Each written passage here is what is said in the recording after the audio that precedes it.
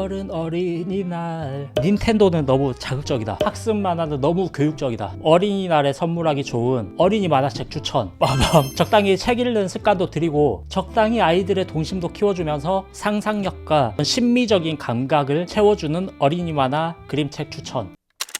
흔히 생각하기로 어린이 만화 하면은 Y 시리즈라거나 마법 천자문 뭐 이런 걸 떠올리는 분들이 많은데 그거는 학습 만화고요. 어린이 만화와는 결이 다릅니다. 우리 어린 시절에 아기 공룡 둘리 같은 거 봤잖아요. 그런 게 어린이 만화거든요. 달려라 한이도 마찬가지고 나라라 슈퍼보드. 학습 교육 만화와 명확히 다르다는 거죠. 연령대를 좀 나눠서 아주 어린 층, 저학년, 뭐 중학년, 고학년, 초등학생 기준 뭐 이렇게 야금야금 추천을 한번 해보도록 하겠습니다. 먼저 저학년부터 시작을 하자면 그림자 극장 김규화 작가님. 이거는 정말 저학년 위주입니다. 동화와 그림책의 차이가 뭐냐? 동화는 조금은 교육적인 것이 들어가요. 권선징악이라든지 뭔가 속담과 연관된 어떤 그런 것들 있잖아요. 왜? 그런데 그림책은 그런 것과 다르게 심미적인 요소를 더 중요하게 생각하는 느낌? 재미와 상상력 위주. 그래서 동화가 조금 시시해지기 시작할 그 무렵쯤에 그림책을 주면은 되게 재밌게 읽을 수 있어요. 어린 자매 두 명이 싸우고 다시 화해하는 과정을 담은 그런 이야기인데 내용 자체는 뭔가 특별할 게 없고 그림을 보는 것이 위주가 되는 게 저학년 그림책들의 특징이니까. 근데 그림책스러운 상상력이 많이 담겨 있는 거죠. 그래서 아이들 눈높이에 맞는 문화 활동을 도와주는 그런 책. 자, 다음 조금 연령대를 높여보겠습니다. 귀신 선생님 시리즈인데 가장 최근에 나온 귀신 선생님과 또 다른 세계 뭐 이런 것뿐만 아니라 진짜 아이들 고민 해결 뭐 이런 거 되게 시리즈가 많아요. 제가 알기로 순수 오리지널 어린이 만화 중에서는 가장 많이 팔린 시리즈가 아닐까라고 생각을 해요. 어린이 만화 이야기하면서 조금 이런 정량적인 수치를 이야기하자니까 조금 그렇긴 한데 하지만 어린이 책을 사주는 것은 어른들 아니겠습니까? 어른들은 정성적 가치보다는 정량적 가치에 익숙하죠. 이 작품의 특징은 그림들이 되게 꽉꽉 차 있어요. 한 컷 한 컷이 일러스트가 아닐까 싶을 만큼의 밀도로 한 페이지별로 컷도 되게 많거든요. 그래서 속된 말로 책 한 권 사주면은 정말 뽕 뽑도록 아이들이 읽습니다. 돈이 아깝지 않은 책, 가성비가 너무 좋은 책이라고 할까요? 개인적인 이야기를 하자면 남동윤 작가의 책인데 작가들 중에서 가장 친한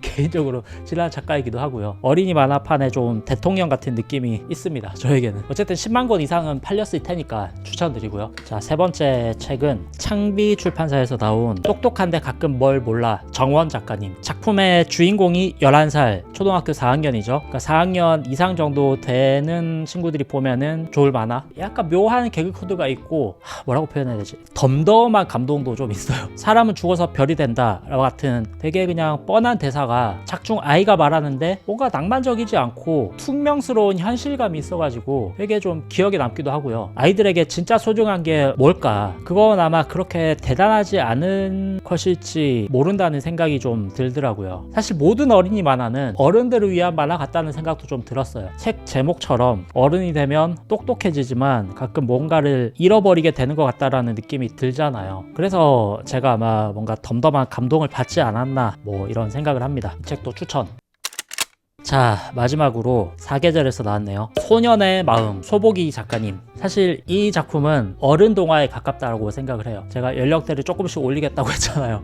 그래서 확 어른으로 연령을 올려버렸습니다. 어른 우화. 저도 40이 넘었지만 마음속에 여전히 어린이가 있거든요. 아마 다들 비슷할 거라고 생각을 해요. 어린 시절 형이랑 오락실 다니면서 놀던 기억, 아니면 해질녘까지 친구들과 동네 골목에서 막 뛰어놀던 기억들, 그런 어린 시절의 기억들이 켜켜이 쌓여서 지금의 우리들이 된 거 아니겠습니까? 이 소년의 마음에서는 두 명의 누나 사이에서 자란 이 소년의 어린 시절이 담겨 있는 거죠. 정말 우화스럽기도 하지만 현실적이기도 한 이런 그림책을 보다 보면은 괜히 어린 시절 형이랑 놀던 기억들이 떠오르면서 괜히 막 카톡 한번 보내보고 싶고 이런 기억이 들게 하는 그런 만화책인 거죠. 그래서 마지막 책을 추천한 이유는 어린이날이기 때문에 내 마음속에 있는 어린이에게도 작은 그림책 하나 선물해보자 라는 의미로 넣어봤고요. 5월 5일 어린이날에 조카가 있거나 동생이 있거나 자식이 있거나 이런 분들을 위한 영상이었습니다. 늘 즐거운 장작 되시기를 바라겠습니다. 감사합니다.